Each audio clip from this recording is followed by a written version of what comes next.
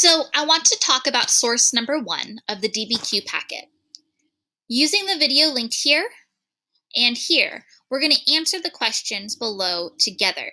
Make sure you are typing your answers in blue font and that you are using complete sentences.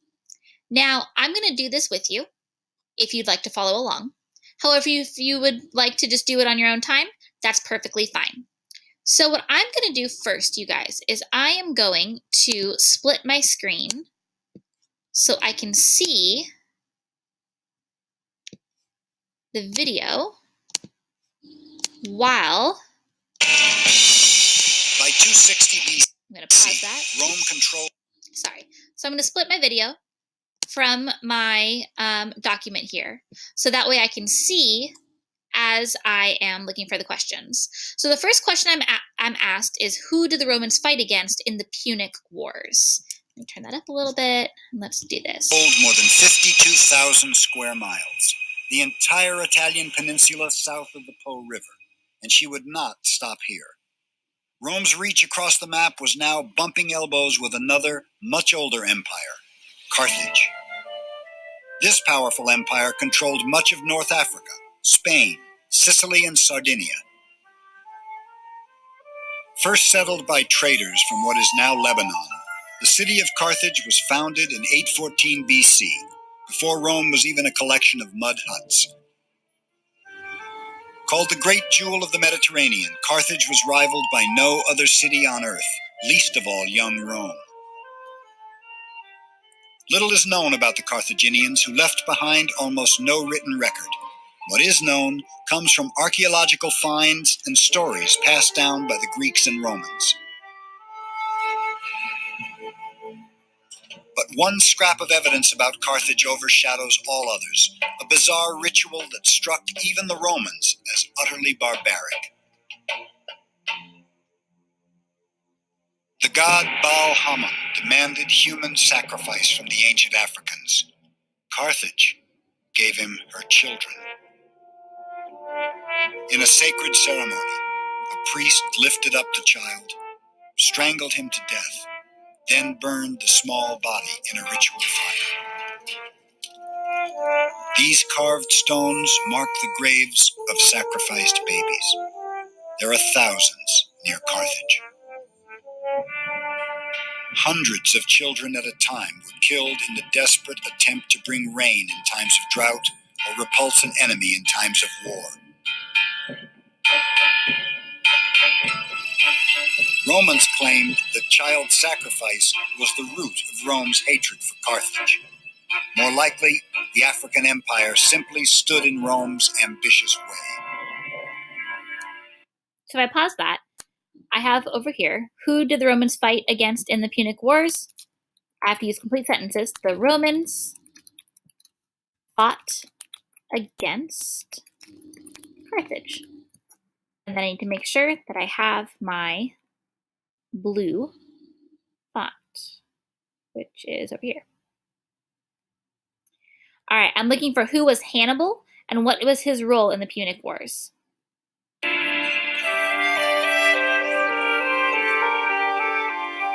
Rome continued to claim her wars were defensive, but it's doubtful even Romans believed this once she turned a hungry eye toward Africa.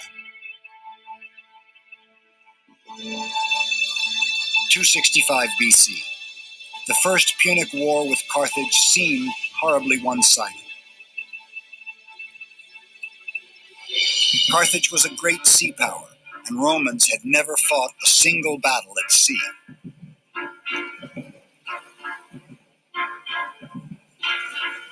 And so the Romans, in order to fight a naval war, had to develop a navy. And they got a break early in this war when they found a Carthaginian warship that had accidentally washed up on the shore of the Italian coast after having been abandoned by its crew during a storm. And they closely studied the Carthaginian vessel. They took it apart, found out how it was built, and then built hundreds of exact replicas of this Carthaginian ship. So the Romans now had a fleet. New to naval warfare, the Romans had to find a way to turn things to their advantage. They soon found the answer. Instead of bombarding from a distance, Roman soldiers boarded the enemy's ships using a specially designed plank called a corvus. In hand-to-hand combat, Roman legions were just as deadly as on land.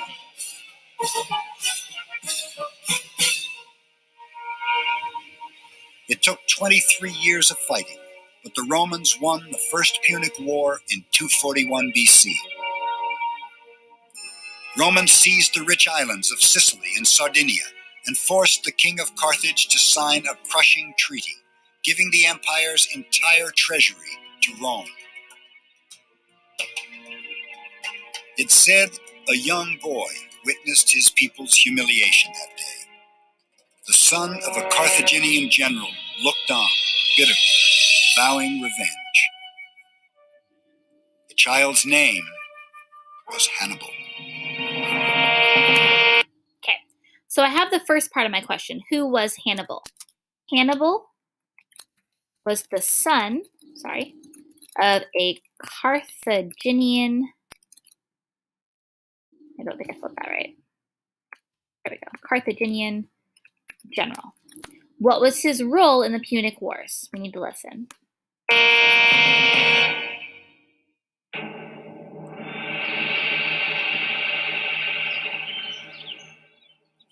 2 decades after Carthage lost the First Punic War, Hannibal was now a soldier, the leader of his nation's military.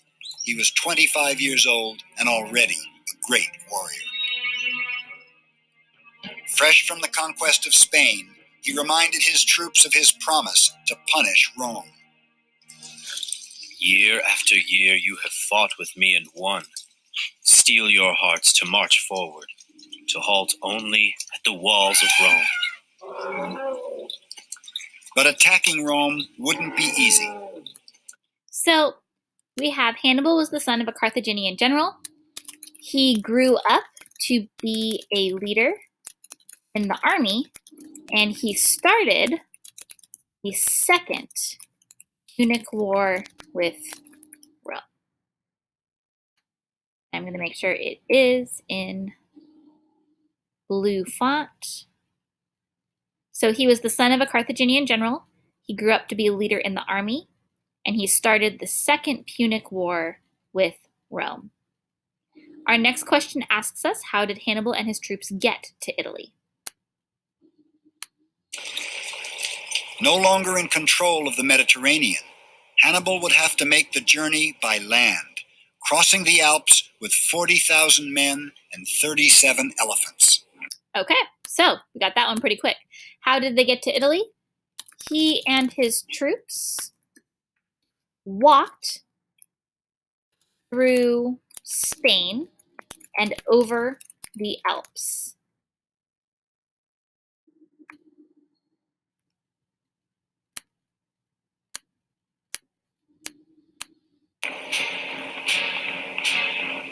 Autumn, 218 BC. Man and beast trudge for months over cruel terrain. Their serpentine parade stretches more than 15 miles. Hannibal's troops are professional soldiers, well-equipped and well-trained, and yet the long journey takes a grim toll. When they finally make it through the mountains, 1/3 of Hannibal's men are dead. Most of the horses and all but one of the elephants have perished, and yet the survivors march on. Even before the first battle, Romans see Hannibal as a potent threat. They never had to face a fiercer or more warlike foe. Carthage had long been an enemy of Rome, and they were bringing with them countless Spaniards, already battle-hungry, and would soon be raising Gauls with their insatiable appetite for blood. War was coming, and it would be fought in Italy in defense of the walls of Rome. Living. The Roman Senate raised 6 new legions, more than 30,000 men. The Second Punic War was begun. This time the deciding factor wouldn't be manpower, but strategy. Most Roman commanders were political appointees with little battlefield experience, no match for a military genius like Hannibal. Hannibal had a spark. I mean, he had many things that made him a great leader. I mean, he knew how to motivate troops. He knew how to innovate on the battlefield. He knew how to make the optimum use of the tools at his command. But in addition to that, he had that spark. He had the ability to read an enemy and find that one maneuver that would cause the enemy to collapse. In battle after battle, Hannibal humiliated the Roman legions. The most devastating defeat was the Battle of Cannae. Here, Hannibal, though badly outnumbered, managed to surround the Romans and slaughtered them. 50,000 Romans, more than half the entire Roman military, killed in the worst defeat Rome ever suffered. At last, Rome saw Hannibal for what he was, the first true threat to her survival. For 15 long years, the war against Hannibal dragged on, and large areas of southern Italy defected to him. Hannibal never lost a single battle, and many wondered how long it would be before he attacked the city of Rome. It was widely expected, of course, that he would take the city. But Rome was heavily fortified. Hannibal seems to have not had proper siege equipment. No matter how many armies of the Romans and their allies Hannibal could defeat, the Romans were always able to raise new armies, to put new armies into the field. And ultimately, Hannibal failed to take the city. And yet the tide didn't turn against Hannibal until the Senate called up a military leader in the same league with the legendary Carthaginian. Publius Cornelius Scipio had the cunning and the charisma to match the so-called scourge of Rome. So the next question that we're looking at is, what did Scipio do in response to Hannibal's campaign in Italy? So this is a Roman general who's going to come up against Hannibal. Keep in mind, Hannibal has been fighting Rome for 15 years on Roman soil. Like, he has 100% been attacking them, and it is expected that he's going to win. So this guy's going to fight against him. So what is he going to do against Hannibal? The son of a general and a survivor of the Battle of Cannae, the young Scipio studied Hannibal's tactics closely. Then in 204 BC, rather than confront Hannibal in Italy, Scipio had a brilliant but risky plan, an end run. He sailed to Africa and invaded the empire of Carthage. So what is he going to do? Well, he's like, look, Hannibal's at our gates in Rome. Why don't we go to his gates in Carthage? So Scipio takes the Roman army and sails to Carthage. He goes to attack Hannibal's home.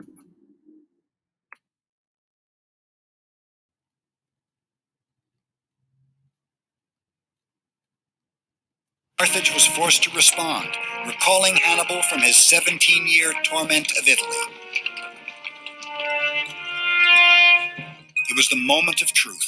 Scipio and Hannibal would fight a single battle to decide the Second Punic War, the Battle of Zama. Okay, so let's pause for a moment here and take a look at what we have.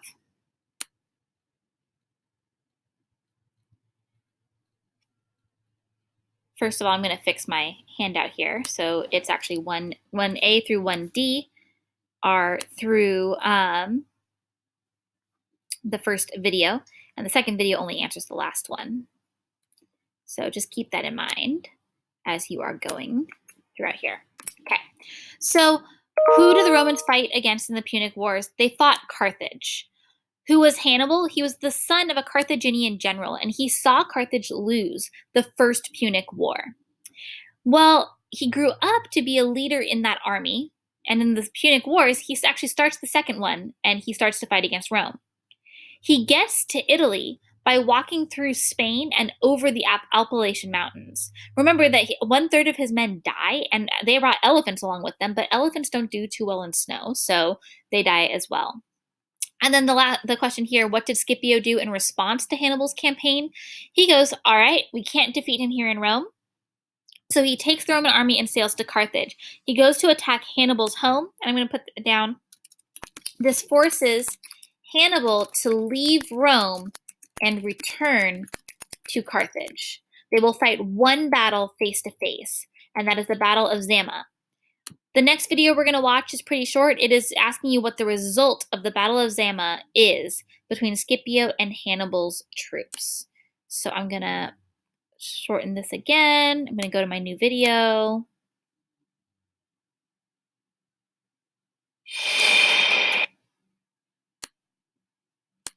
And again, I just like doing the split screen so that way I can see things. We're looking for what was the result of the Battle of Zama between Scipio and Hannibal's troops.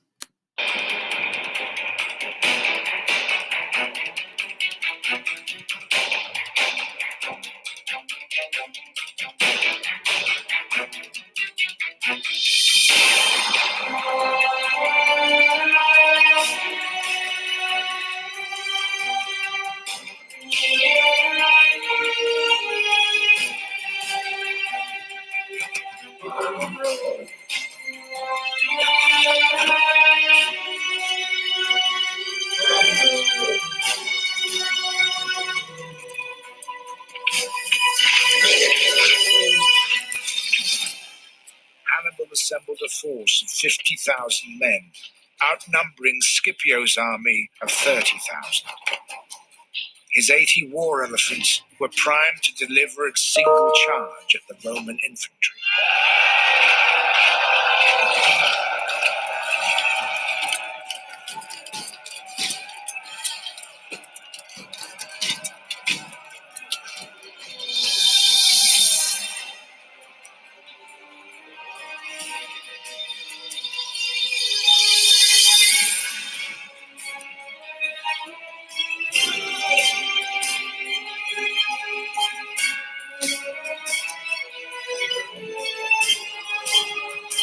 But Scipio anticipated Hannibal.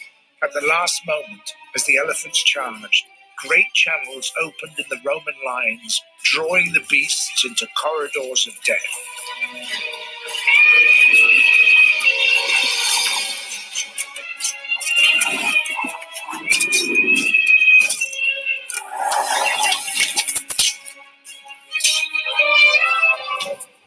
The elephants that survived turned and fled, stampeding their own men.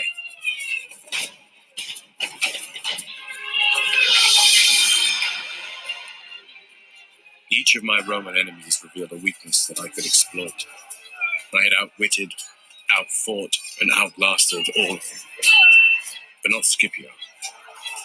Scipio had imitated my strategy, copied my tactics, and now I saw just how well he understood me. He ordered the cavalry he had taken from me to seal our fate, just as we had done to them at Cannae. At Zama, he used everything he'd learned from me to destroy me. General! You've got to save yourself! You've got to save yourself! While you're alive, you will never feel safe! Look out together me without hope! Save yourself, General!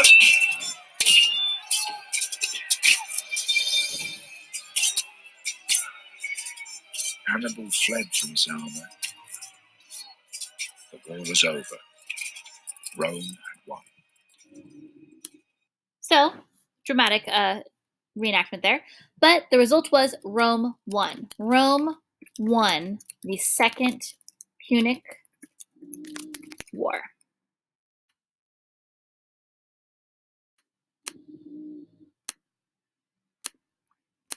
And there we have our answers for source number 1.